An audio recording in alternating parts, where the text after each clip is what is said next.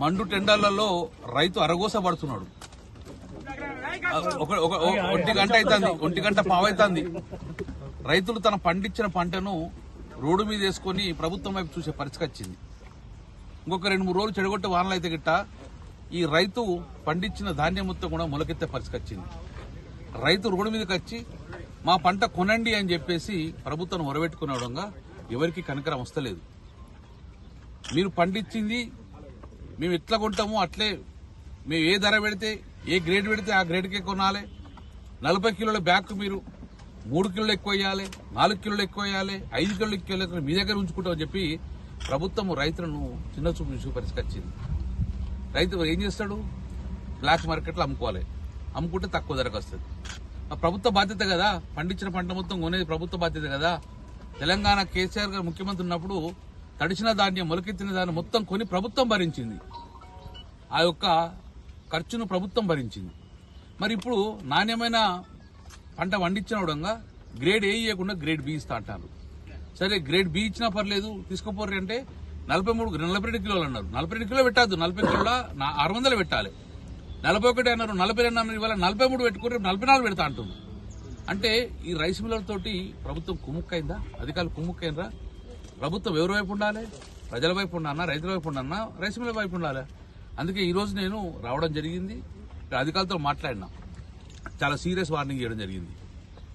ప్రజలు ఈ యొక్క ప్యాడీ క్లీనర్ వేయలేకపోతున్నాం కాబట్టి, ప్యాడీ క్లీనర్కి వసతి లేదు కాబట్టి మేమే స్వచ్ఛందంగా 1 కిలో 400 గ్రాములు అంటే 42 కిలోలు మేము ఎక్కువ ఇస్తాం, మీరు తీసుకోండి అంటే ఒప్పందం చేసుకున్నారు. సరే అన్నారు. 42 కిలోలతోటి పెట్టడమే తప్పు మేము. కానీ ఇక రైతులు వర్షం పడితే ఇబ్బంది అవుతుందని చెప్పి తొందర పోవాలని చెప్పి 42 కిలోలు పెట్టడం జరుగుతుంది. కాబట్టి ఇమ్మీడియట్ గా ఈ యొక్క డిస్పాచ్ కావాలి. రైస్ మిల్లర్ నుంచి దించుకొని ఓటీపీ ఇచ్చే బాధ్యత అధికారులది. జేసీ గారితో మాట్లాడినా, డిఎస్ఓతో మాట్లాడినా, డిఎంతో మాట్లాడినా ఈ రోజు ఎక్కడ కూడా ఈ మండలంలో కానీ ఈ కాన్స్టిట్యూన్సీలో కానీ పోయిన తర్వాత రైస్ మిల్లర్ దించుకోమంటే చాలా తీవ్ర పరిణామాలు ఉంటాయి. ప్రజల పక్షాన మేము పోరాటం చేస్తుంది. అధికారులు మేమందరం రైస్ మిల్ దగ్గరకు పోకుండా చూసుకోండి.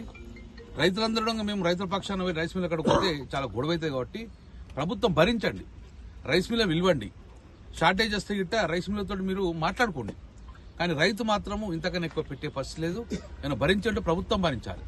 ఎందుకంటే ఆ రోజు కూడా మొలకెత్తిన ధాన్యం ప్రభుత్వం భరించింది, ప్రభుత్వ బాధ్యత. కాబట్టి ఇప్పుడు రైతులను ఇబ్బంది పెట్టకండి, ప్రజలను ఇబ్బంది పెట్టకండి. కేంద్ర రాష్ట్ర ప్రభుత్వాలు కలుపుకొని రైతు నడ్డి విరుతున్నారు. 10 సంవత్సరాలు కొన్నది ఎందుకు ఈ 1-2 సంవత్సరాలు ఎందుకు ఇబ్బంది అవుతుంది? ఎందుకు మీకున్న ప్రాబ్లం ఏంది? కాబట్టి వెంటనే చాలా సీరియస్ గా ప్రభుత్వాన్ని హెచ్చరిస్తున్నాం. రైతులు రోడ్డు మీద రాకముందే, మేమందరం రోడ్డు మీద రాకముందే యథావిధిగా తొందరగా కొనుగోలు కావాలి, కొనుగోలు చేసుకోవాలి.